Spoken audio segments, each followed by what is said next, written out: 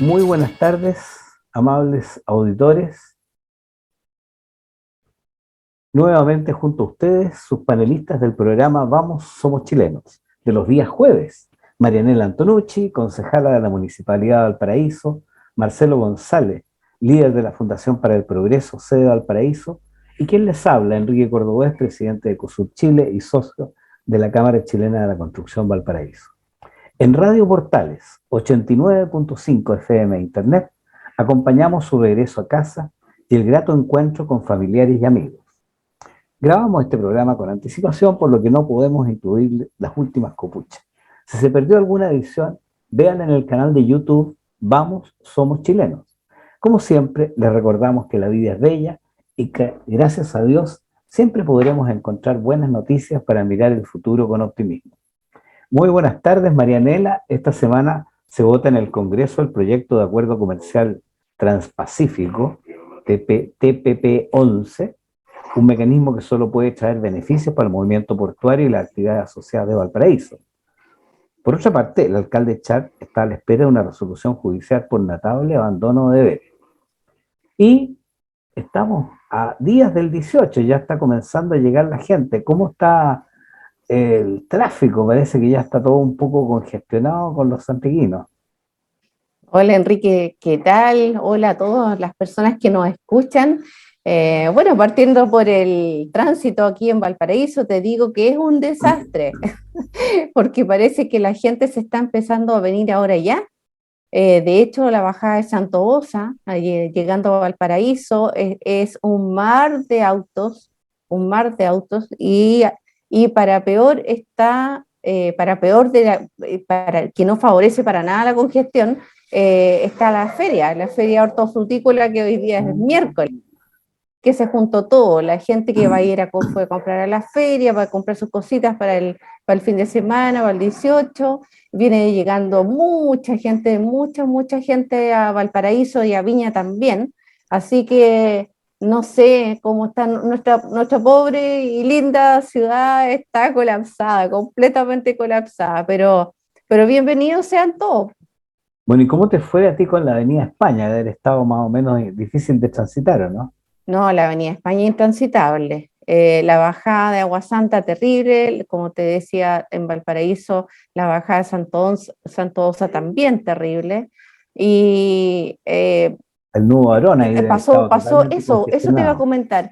El nudo Varón, que normalmente, o sea, jamás hay taco en el nudo Varón, nunca.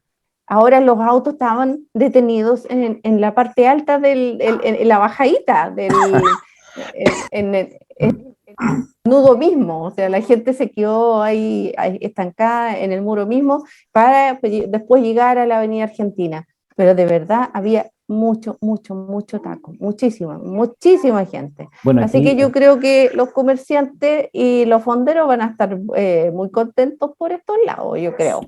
de todas maneras, mira, yo aquí estoy en Papudo y están comenzando a llegar los veraneantes, pero no tenemos tacos todavía. Porque, Ah, porque incluso aquí en Balneario, que es chico, digamos, cuando se uh-huh. produce la vuelta de las personas, digamos, de la playa o en la tarde, se produce un taco increíble en un lugar Sí. tan chico. Parece que lo que pasa es que hay muchos autos, Bueno, de más hecho que... sí, o sea, tenemos que pensar que la pandemia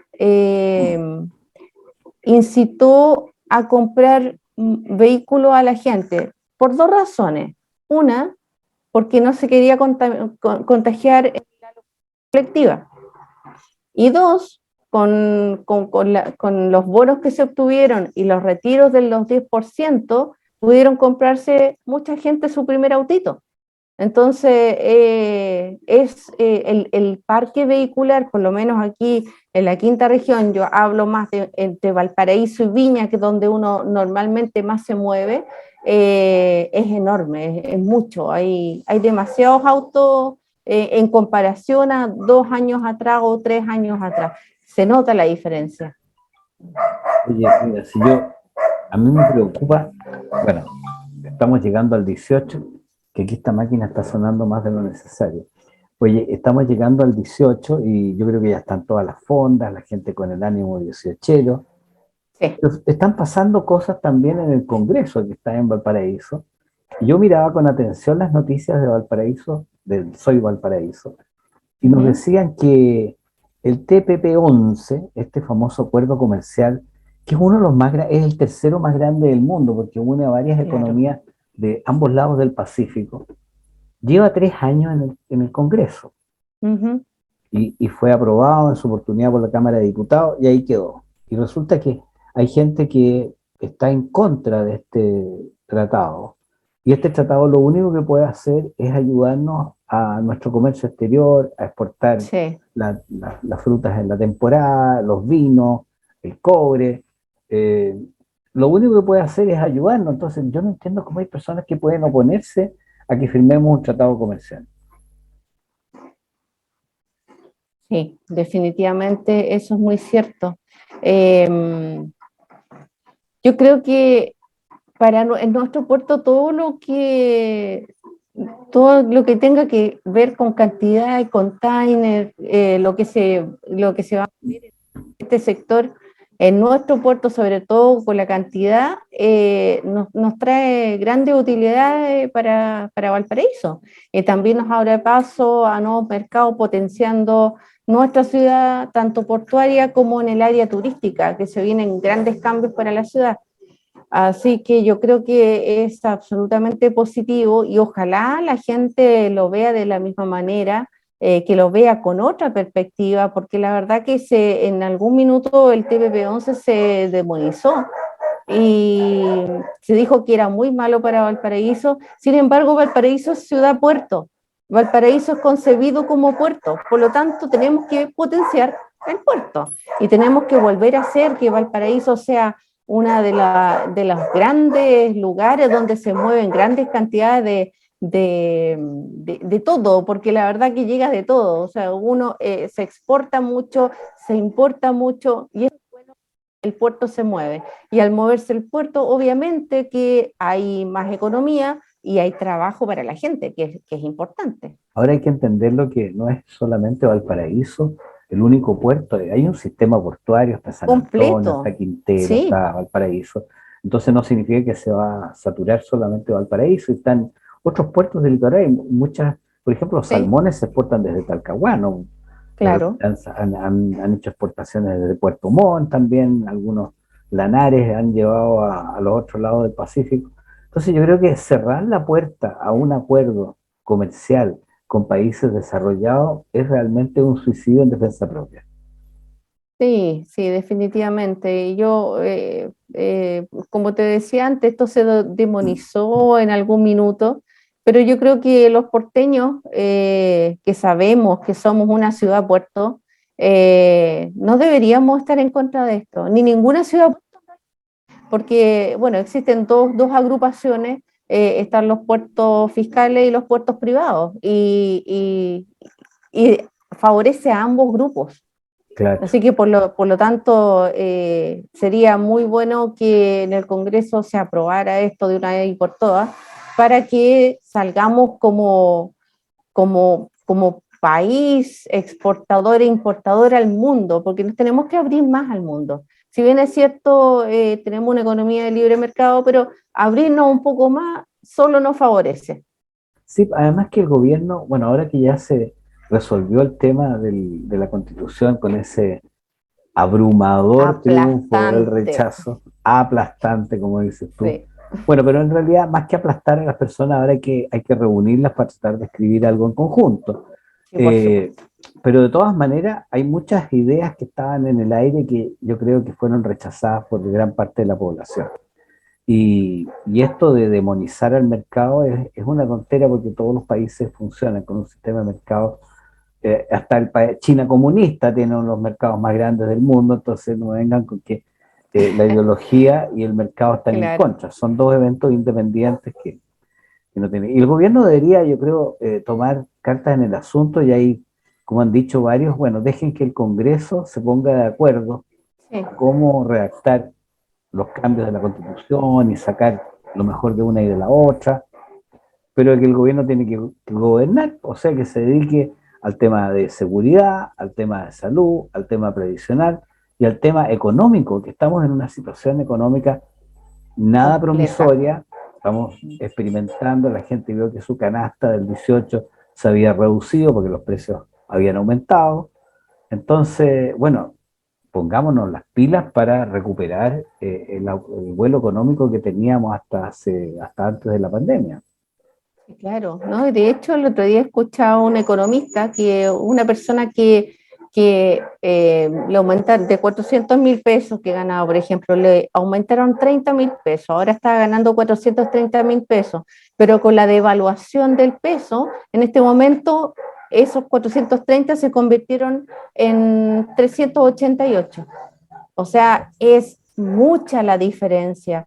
Por lo tanto, tenemos que ver, el gobierno se tiene que hacer cargo de la economía, tenemos que mover mercado, y esto del puerto, de los puertos, en realidad, es muy bueno para nuestro país. Y así como tú decías, China es comunista, pero su economía es neoliberal, capitalista. Entonces, es una contradicción, o sea, seamos comunistas, pero económicamente seamos capitalistas. Como el La verdad, aliancista bacheletista, más o menos. claro, claro, una cosa rara, pero realmente sí, tenemos que abrirnos más al mundo. Y el tratado de los puertos es muy importante, de verdad. Ojalá que las personas logren ver, a lo mejor buscar, interiorizarse, leer un poco y ver que no es tan malo como lo pintan. Sí, y en esta onda del crecimiento económico que tanto necesitamos, escuchaba yo en la tarde al presidente de la Cámara Chilena de Construcción y decía que hay 250 proyectos que están parados en el MOP.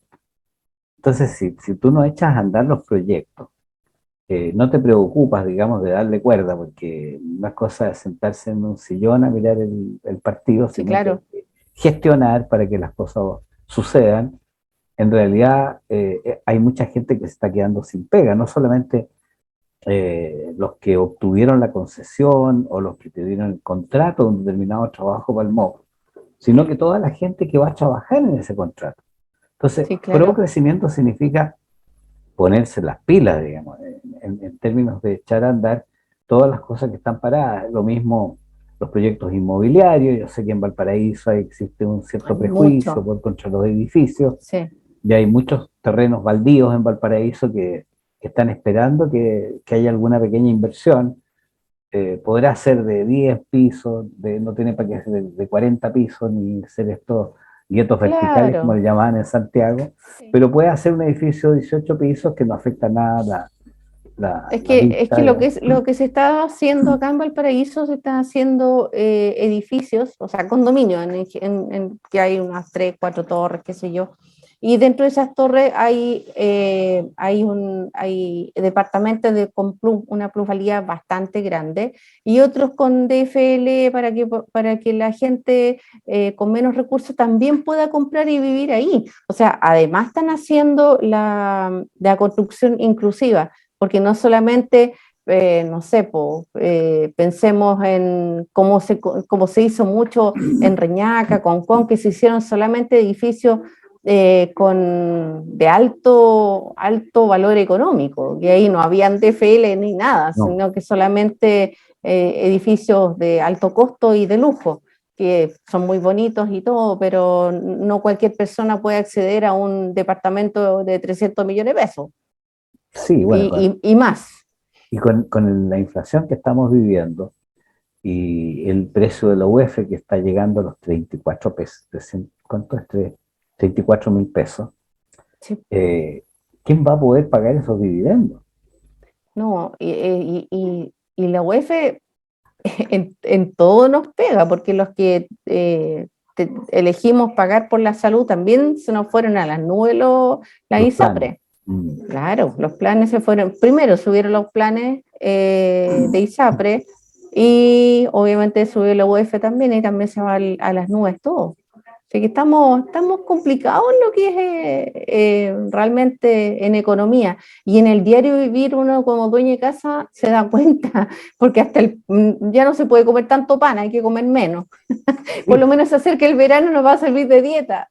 Sí, oye, además que este no es un problema solamente local. Bueno, de partida, con todos los atentados que han hecho en la Araucanía, no solamente el robo de madera, sino que en algunas partes han parado, no han podido cosechar por la amenaza de los atentados y todo, eso disminuye la producción de trigo. Nuestro Claro, granero está allá en la Araucanía y para más remate, Ucrania también está semi bloqueada, también, han logrado abrir un sí, poco, pero no es lo que Ucrania actualmente aporta al mundo para poder tener pan.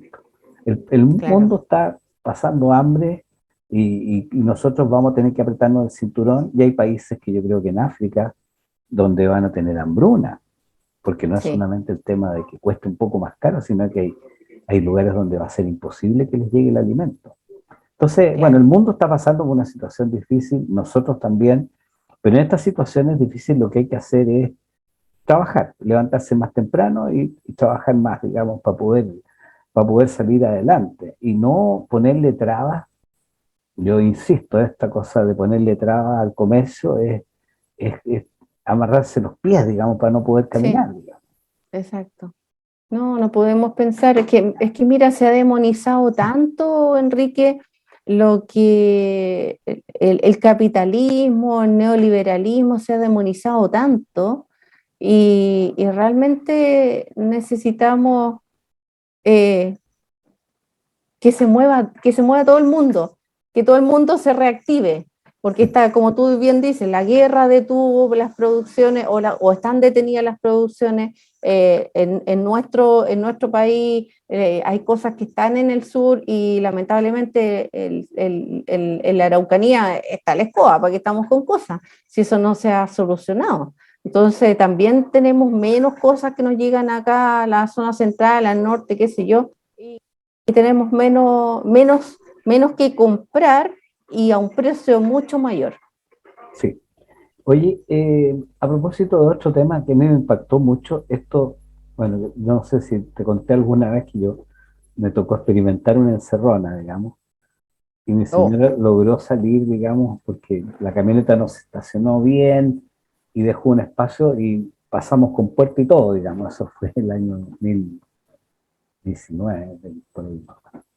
Pero claro, bueno, hace mucho. ahora están disparando y matando a las personas, entonces hubo 3 muertes Sí, de personas que intentaron de alguna manera resistirse al robo del vehículo, que es lo, no, que es lo que Carabineros aconseja que no se haga, digamos, porque el vehículo claro. se puede recuperar, pero la vida se pierde Y para aunque no se recupere, en ¿Ah? realidad, aunque no se recupere, es mucho más valiosa la vida.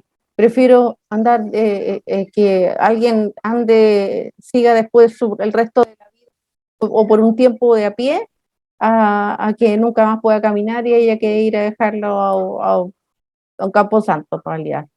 Porque yo vi ese señor que se resistió y después le dieron un balazo, eh, perdió la vida, perdió su vehículo, perdió su familia, todos perdieron en realidad. La verdad es que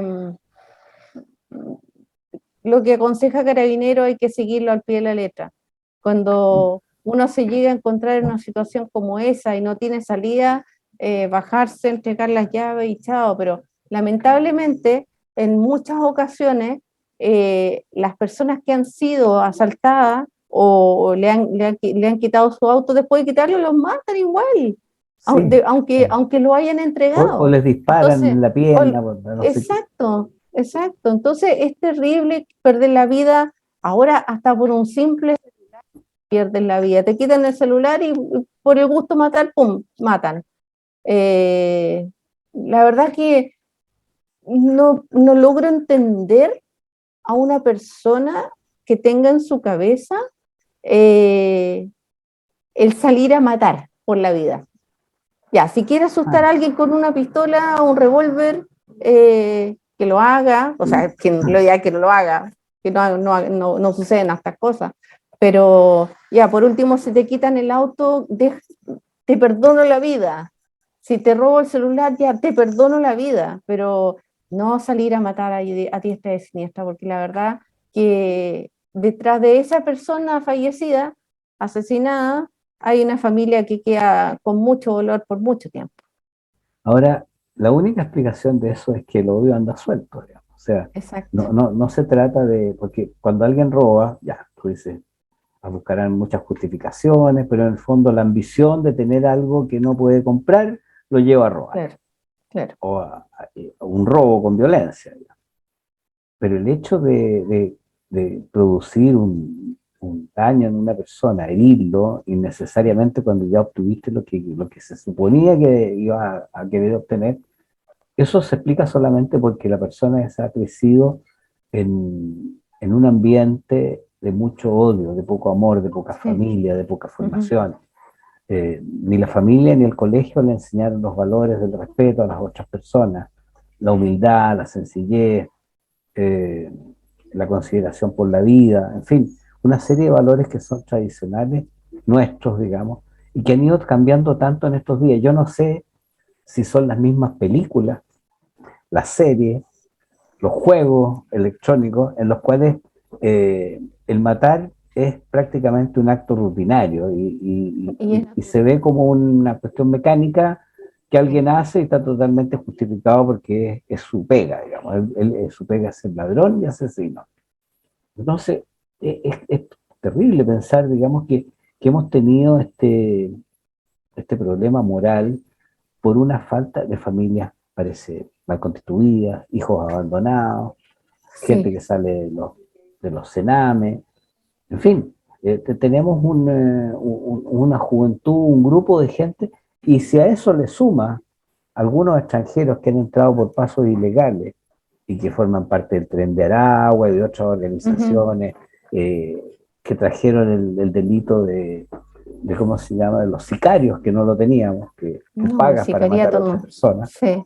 ¿Te fijas? Entonces estamos en un cuadro bastante difícil. Yo creo que ahí, quizás antes de cerrar esta primera parte, eh, pedirle a los auditores que hablen con sus parlamentarios para que aprueben la ley, el proyecto de ley que quieren modernizar el armamento carabinero.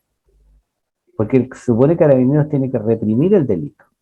Pero cuando llega Exacto. a reprimir el delito tiene una pistola y el otro señor tiene un fusil ametralladora. Entonces, ¿cómo Es vas que a tienen, reprimir? es Hay que que, tienen armas de alta gama y de guerra. Es exactamente, terrible. entonces la solución, digamos, no es la solución, pero por lo menos tienes que tratar de lograr que el que Sí, tiene la responsabilidad de asegurar la tranquilidad y la paz tenga a lo menos las armas de última tecnología sí, y sí, es verdad. del poder de fuego necesario para poder reprimir. Porque si no es como si tú, como David contra Goliat. Aquí el Sí, Goliat tiene que ser el carabinero, no tiene que ser David. claro, y que además que no estén atados de manos porque de repente puedan tener un arma de buena calidad y realmente útil, pero que lo puedan ocupar, po. Ah, claro, Porque después sí, tiene que, se requiere el respaldo claro, de la porque autoridad hay que, política. sí, porque hay que respaldar a Carabineros, porque Carabineros en este momento lo dan de baja porque sí y lo dan de baja porque no. Entonces, Carabineros si saca su arma y hace uso de ella, le hacen un sumario y después definitivamente lo terminan sacando de la institución. Entonces, es una de las tantas razones porque la postulación a Carabineros ha caído, pero Tú lo en decías un en un programa porcentaje anterior. Sí, impresionante. sí. Sí. Oye, Marianela, fíjate que tengo una mala noticia. Se nos está Es que acabando el tiempo. no te puedo creer. Siempre la misma mala noticia. Pero ¿qué le vamos a hacer? Mira, tenemos que irnos a nuestra pausa musical y les contamos a nuestros auditores que una vez más la nave Imagina nos lleva a conocer los puertos del mundo para encontrar allí las canciones de nuestra pausa musical. La nave de pasajeros Imagina dejó el puerto colombiano de Buenaventura y enfiló con rumbo sur con destino hacia Guayaquil, principal terminal marítimo del Ecuador y también la más importante ciudad comercial de Ecuador. 48 horas más tarde de haber salido Buenaventura y poco antes de recalar, los pasajeros disfrutan del hermoso paisaje semiselvático que se puede observar cuando se remonta el río Guayas. En ambas riberas hay un montón de casas multicolores, típicas, que van ilustrando el paisaje que hacen que los pasajeros tomen sus fotos y filmaciones y videos. En los parlantes de cubierta se comienzan a escuchar los sones de la cumbia, que en cada país de la antigua Gran Colombia, digamos Venezuela, Colombia, Ecuador, tienen sus propias características y raíces. En la pausa musical de hoy, le invitamos a escuchar en la voz de Sandy, Mi cumbia guayaquileña.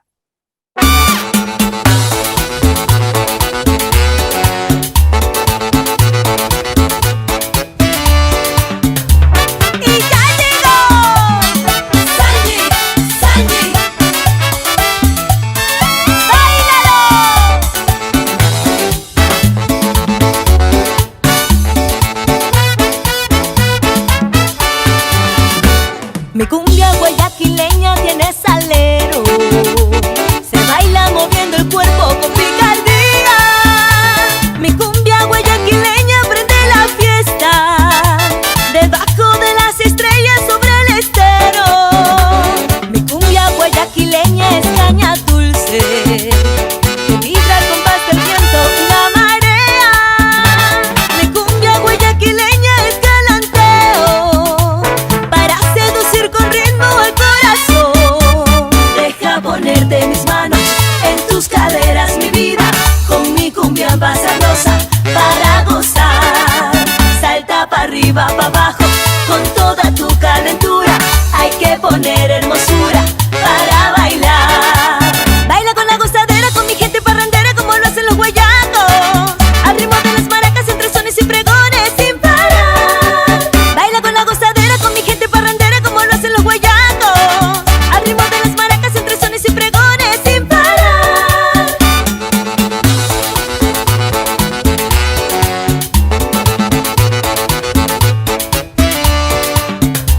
Moviendo la cintura al ritmo de mi cumbia guayaquileña.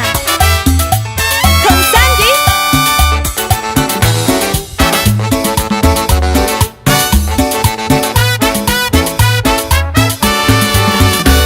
Mi cumbia guayaquileña es caña dulce, que vibra al compás del viento y la marea.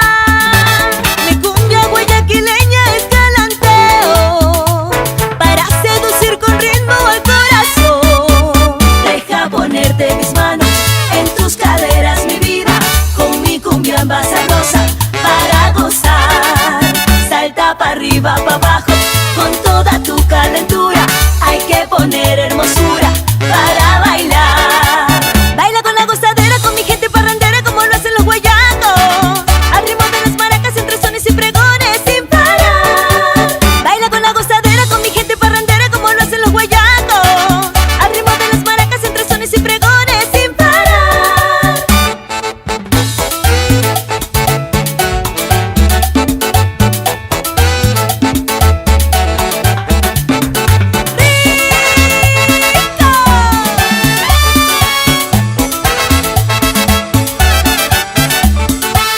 Baila con la gozadera, con mi gente parrandera, como lo hacen los guayacos, al ritmo de las maracas, entre sones y pregones sin parar. Baila con la gozadera, con mi gente parrandera, como lo hacen los guayacos, al ritmo de las maracas, entre sones y pregones sin parar.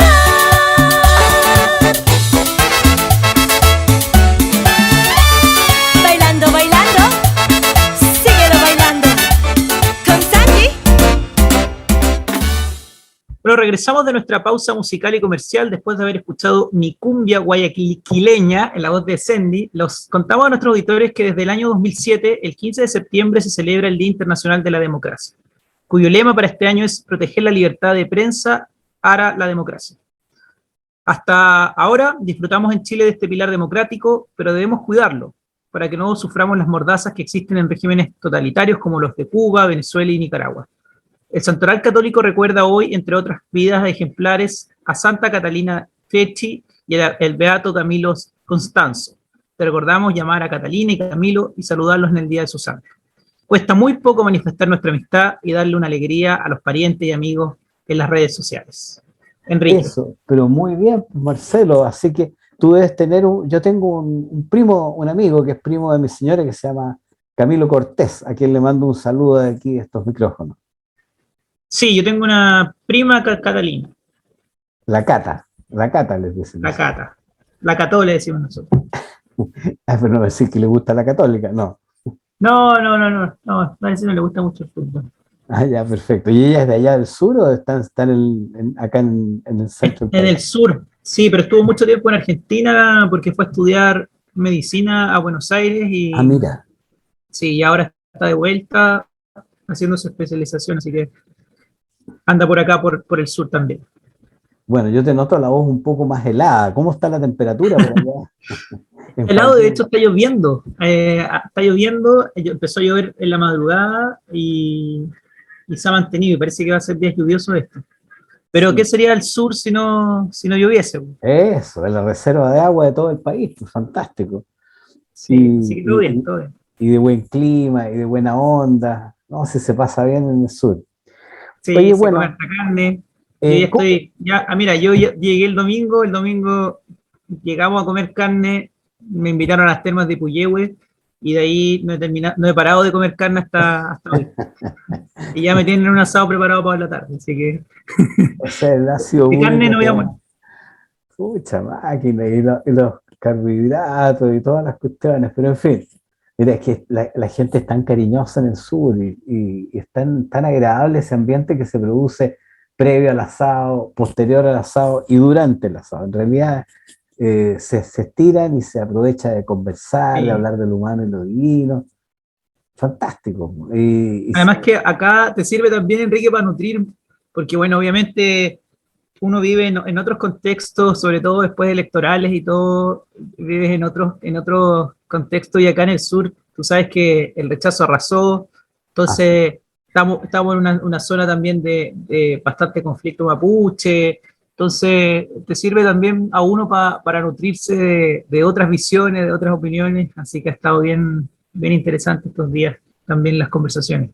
sí, porque tú ves las noticias y las noticias son todas de Santiago y con suerte un poquito de Valparaíso, digamos. Entonces, realmente el centralismo es muy fuerte. Pero bueno, habrá que trabajar porque la regionalización siga avanzando.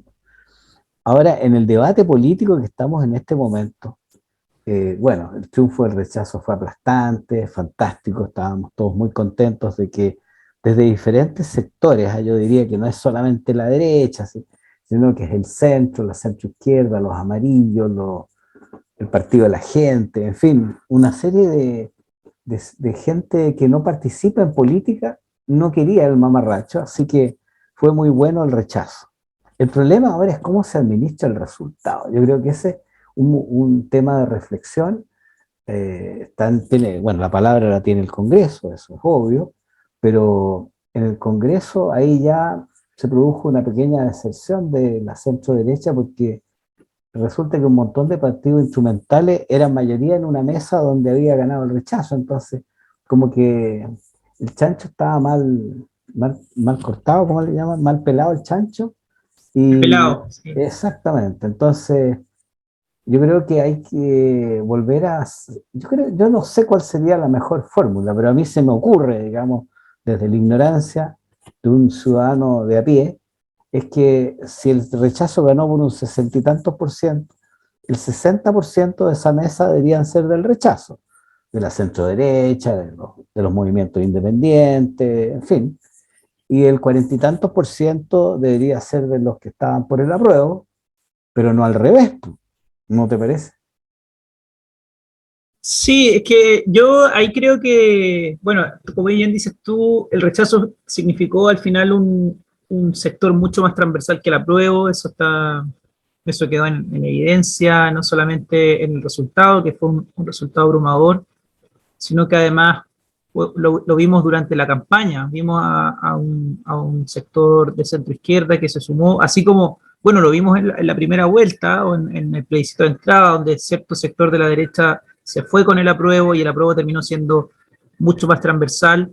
En este caso, el rechazo terminó siendo mucho más transversal y por tanto las sensibilidades y las distintas visiones que hay son mucho más complejas, pero también más ricas en términos de discusión y de análisis.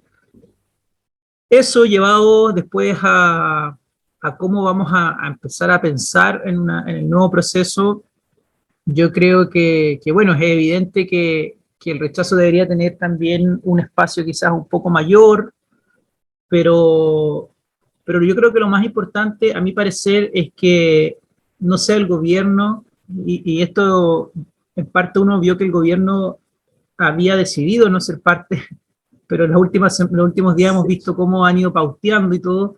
Creo que lo importante es que al final el gobierno entienda que no le va a hacer bien al proceso. O sea, si uno ve también el resultado anterior del plebiscito de salida que tuvimos hace pocos días y ve razones, según encuestas, te dicen que el 30% votó en contra del apruebo o a favor del rechazo por castigo al gobierno, como voto castigo. Entonces, que el gobierno se haga parte y tome un rol tan relevante en un nuevo proceso nos lleva o nos puede generar que ese 30% de gente que rechazó como voto castigo se termine traspasando a este nuevo proceso. Y eso sería, yo creo que complicado, porque yo no sé si existirá una nueva posibilidad después de este nuevo proceso de hacer una nueva constitución. Entonces, yo respecto a cómo se debería distribuir esa mesa, sí puede ser que el 60% lo tenga el rechazo, pero más relevante me parece a mí que el gobierno no quiera entrar a pautear como lo han tratado de hacer estos días, sino más bien que guíe o que colabore en facilitar ciertas cosas, y ahí yo creo que va a estar la clave.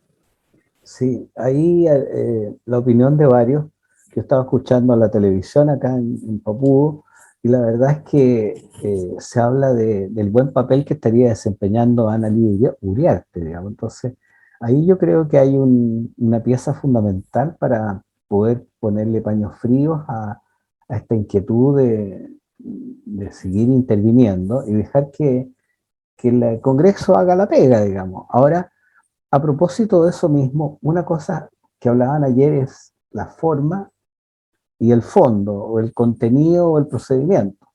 Y en realidad el procedimiento es lo que estábamos hablando ahora: cuántos se van a sentar a la mesa, quién es de qué partido, quién es de qué movimiento, etcétera. Y la otra cosa es el contenido mismo del texto constitucional que se va a elaborar, digamos. Y ahí alguien hablaba de este tema de los bordes. No sé qué piensas tú, pero a mí me parece que es bastante razonable pensar en los bordes, porque si definimos siempre las políticas en una empresa, en una organización cualquiera, la política es la que marca el contorno respecto del cual se hacen los procedimientos. La política establece como un límite desde hasta dónde se va a ir, pasando una cosa que no es de la política. Por ejemplo, decir una empresa, bueno, nosotros vamos a subcontratar servicios y no vamos a hacerlo todo, sino que vamos a hacer aquellas cosas en las cuales tenemos más expertise y no malgastamos plata en hacer cosas que podemos subcontratar a otras empresas que lo hacen bien. Esa es una política. Entonces, toda la estructura de esa organización se mete dentro de ese contexto de la política. Entonces, también en la elaboración de la carta podría haber unos bordes, o ¿cómo se llama? Un límite, un contorno, que diga, por ejemplo, Chile no es plurinacional, es una cosa plenamente rechazada. Chile es un país, un Estado unitario. Otro argumento podría ser: Chile es un Estado social de derecha. Ya, conforme, como ciertos principios básicos que establezcan un marco de referencia para lo cual se va a redactar. No sé si me expliqué bien y me sigue o estás de acuerdo conmigo. Sí, mira, yo de lo que comentaste antes haría dos comentarios. El primero, respecto a sí, el rol que está jugando la nueva secretaria general de gobierno, pero también uno ve dentro del gobierno, porque no hay que olvidarse que este gobierno es el primer gobierno, por lo menos de vuelta a la democracia, que tiene dos coaliciones o que está formado por dos coaliciones. Y uno, en cierta forma, ve esas dos coaliciones disputándose el poder que al mismo tiempo genera entonces un problema de gobernanza. Porque uno ve, por un lado, cómo el Partido Comunista y cierto sector del Frente Amplio tironea para un lado, que a mí me parece que es lo que ha tratado de hacer, bueno, obviamente Telier y Camila Vallejos, cuando sale a pautear y a decir, acá hay un acuerdo que está listo, que tiene estas condiciones, y por otro lado tienes una coalición más vinculada o representada con lo que fue la nueva mayoría, quizás un poco menos moderada, pero todavía entendiendo que la política es de consenso, es de discutir, de sentarse y tomarse los tiempos. Entonces, ahí hay una cosa peligrosa porque, claro, la Uriarte genera o representa esa visión más de conciliadora, más de conversar, pero al mismo tiempo tienes en el mismo gobierno a otro grupo que te está presionando y te está pauteando. Entonces, también ahí uno debería esperar que el gobierno en algún momento ordene sus filas, ordene un poco la casa y ordenada la casa comience también a buscar un trabajo más serio. O sea, porque cuando además Carolina Toá, que también viene ingresando, empieza a decir que casi que quiere bailar cueca con el acuerdo, o sea, buscando presionar y que la cosa se resuelva rápido, pero al mismo tiempo tienes a la Uriarte trabajando en el Congreso para tratar de que las cosas se hagan bien, se generan al final informaciones contradictorias y ahí hay problemas de gobernanza.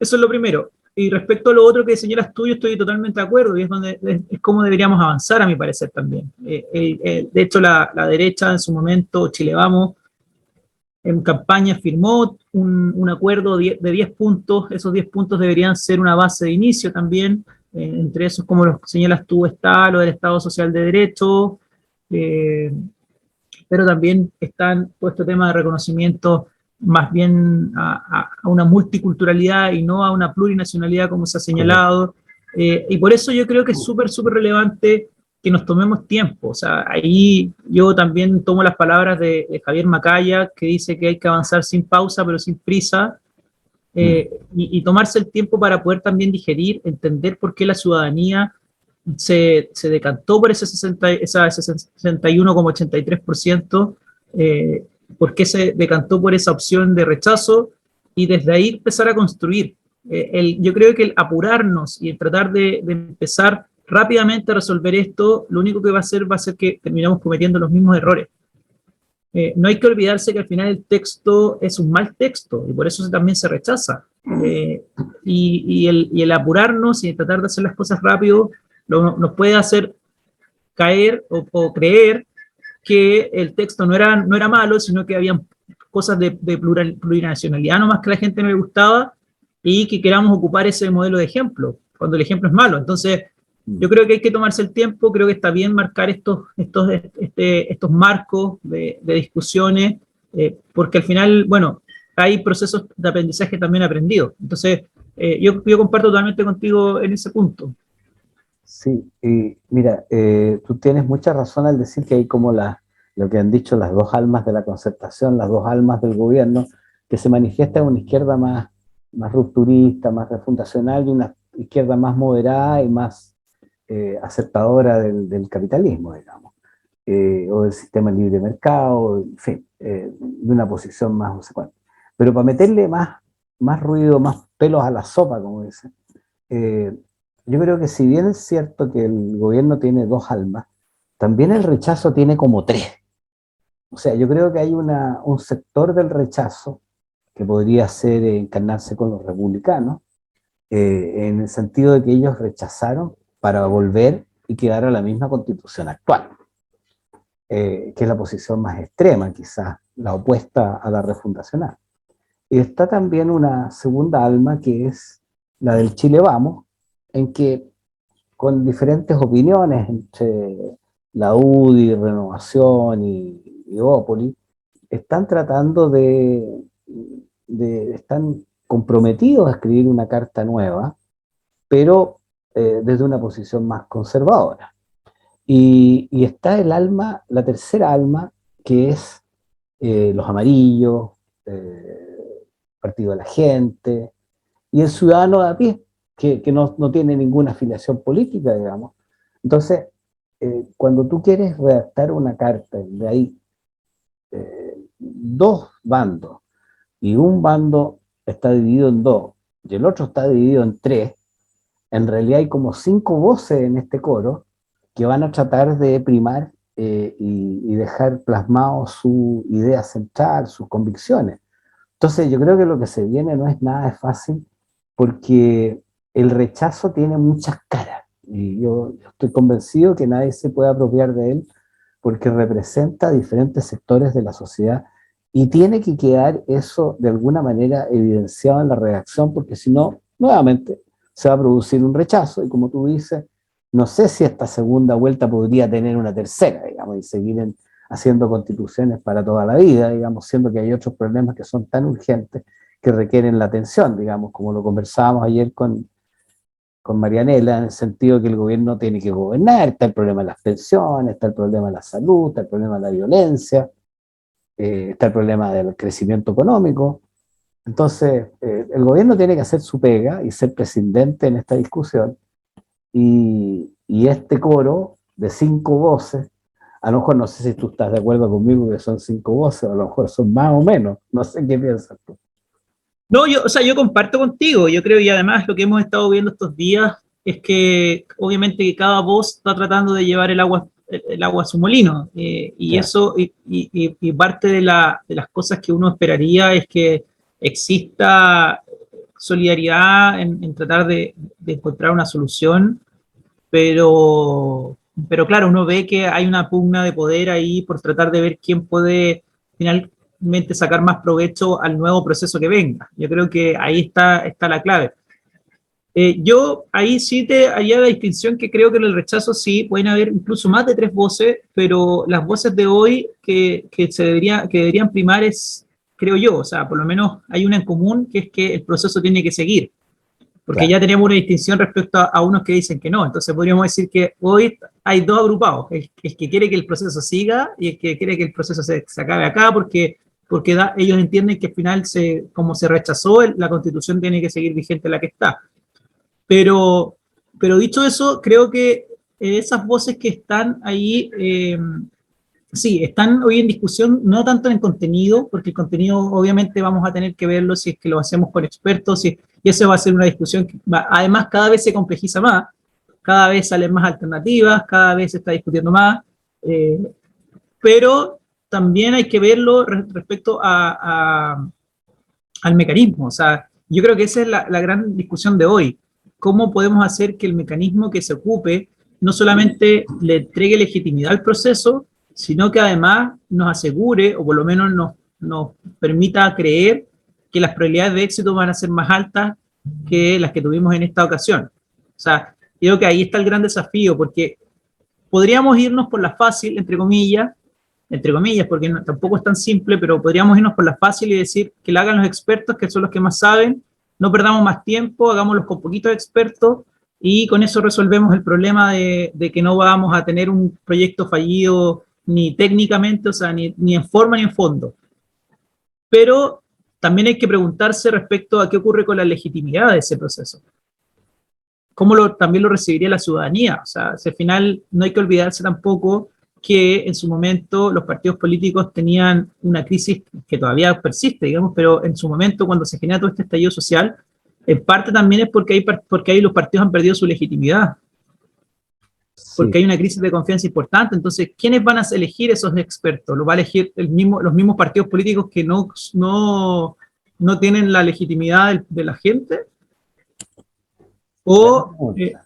entonces, y al mismo tiempo, si es que vamos a terminar con una convención 100% electa, cometiendo casi los mismos errores que cometimos la primera vez, vamos a asegurarnos que hay un buen texto. Entonces, ahí yo creo que está la gran clave o el gran nudo de discusión respecto a cómo somos capaces de generar un proyecto que nos dé cierta garantía de éxito, pero sin poner en riesgo la legitimidad del proceso. Fíjate que, mira, yo te encuentro mucha razón, y sabes que, bueno, también se me está ocurriendo una idea bastante peregrina, pero creo que sería fácil para entender el fenómeno en palabras simples. Mira, tenemos un paciente que está enfermo, que se llama Chile, y sabemos que hay que operar. Hay que operar y hay que meter cuchillo y todo. Pero tú sabes que siempre que hay un procedimiento quirúrgico, primero te piden una serie de exámenes. Y los exámenes son absolutamente objetivos y te dice si la glicemia está alta, si que es el colesterol, qué sé yo, o el azúcar, qué sé yo. En fin. Entonces, yo a los expertos los veo como los exámenes técnicos, los exámenes médicos previos.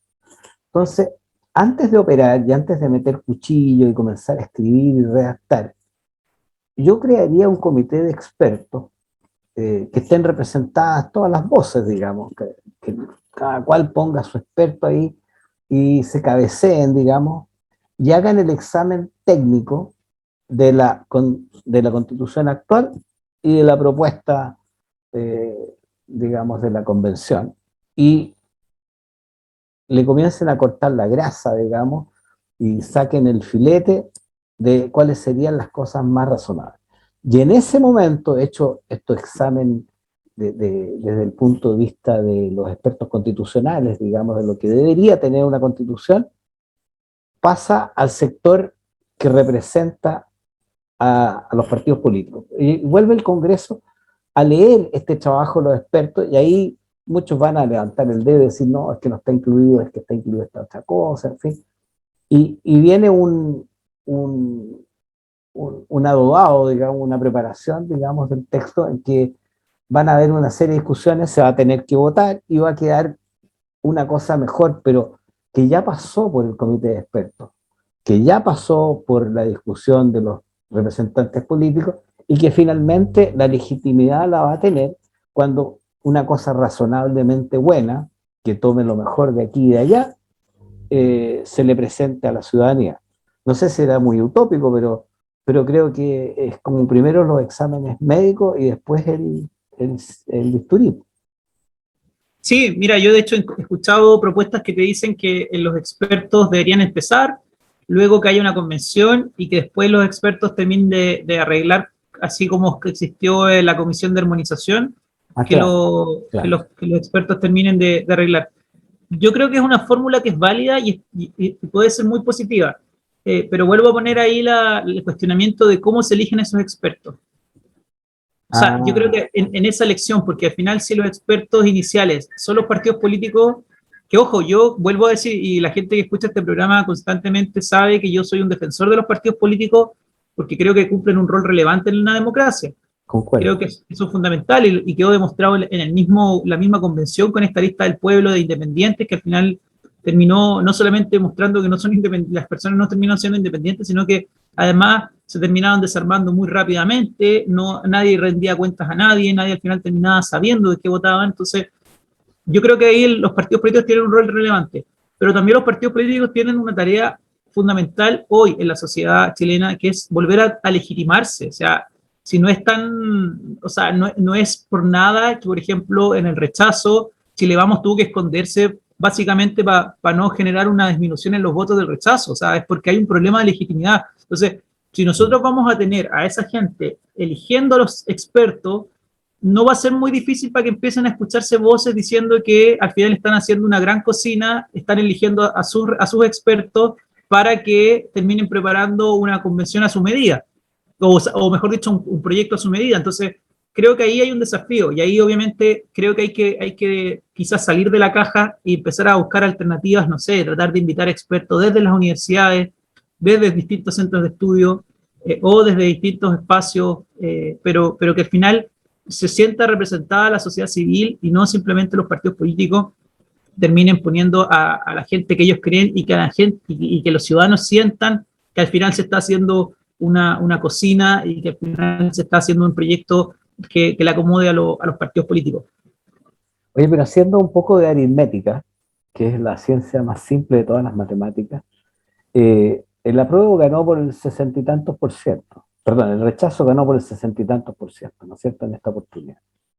Pero los partidos políticos, el Chile Vamos, en la elección anterior obtuvieron un 40 y tantos por ciento. Entonces, así en forma muy bruta, digamos, sin aplicar criterios estadísticos válidamente aceptados, podríamos decir que hay un 20% de votos extra que llegaron al rechazo y que no eran de los partidos de Chile Vamos y republicanos, que no eran de la derecha y centro derecha, por así decirlo. Entonces, en una lógica, uno podría decir, bueno, tengamos 10 expertos, 4 de Chile Vamos, 2 de los movimientos independientes y 4 de los de la prueba. Porque si bien es cierto, los expertos, ¿cómo se llama?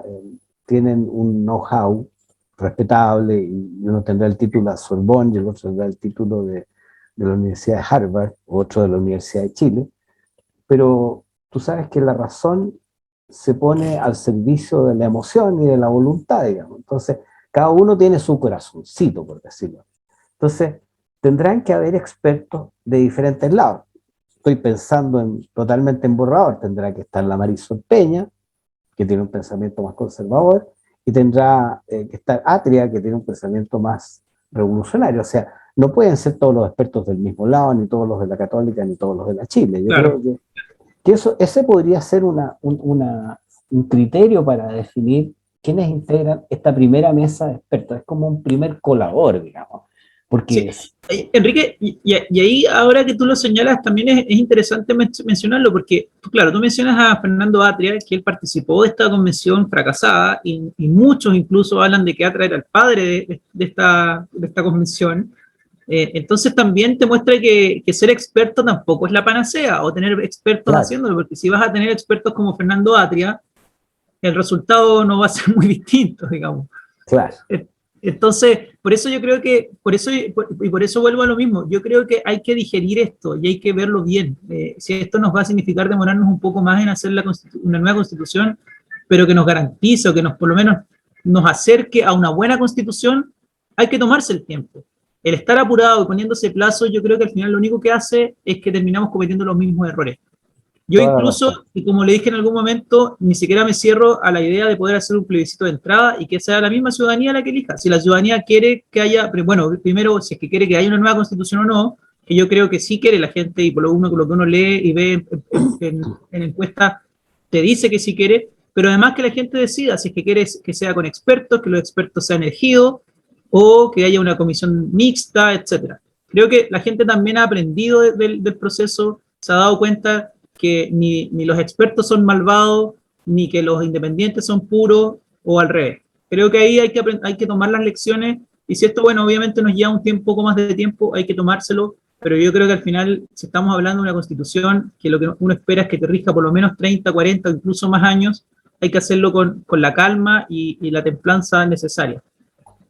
Toda la razón, Marcelo. Yo creo que esto tiene todavía bastante tiempo de trabajo y tiempo para conversarlo. Yo creo que en el próximo programa vamos a seguir en este tema, que es muy apasionante y que a toda la gente le interesa, pero ya se nos acabó el tiempo. Entonces nos quedan solamente un par de segundos para decirle que ha sido un agrado estar con nuestros auditores y invitarlos para que sigamos con esta conversación el próximo jueves, quizás con un nuevo invitado que tenga una opinión diferente, lo que le dará más sabor a la conversación. ¿Te parece, Marcelo?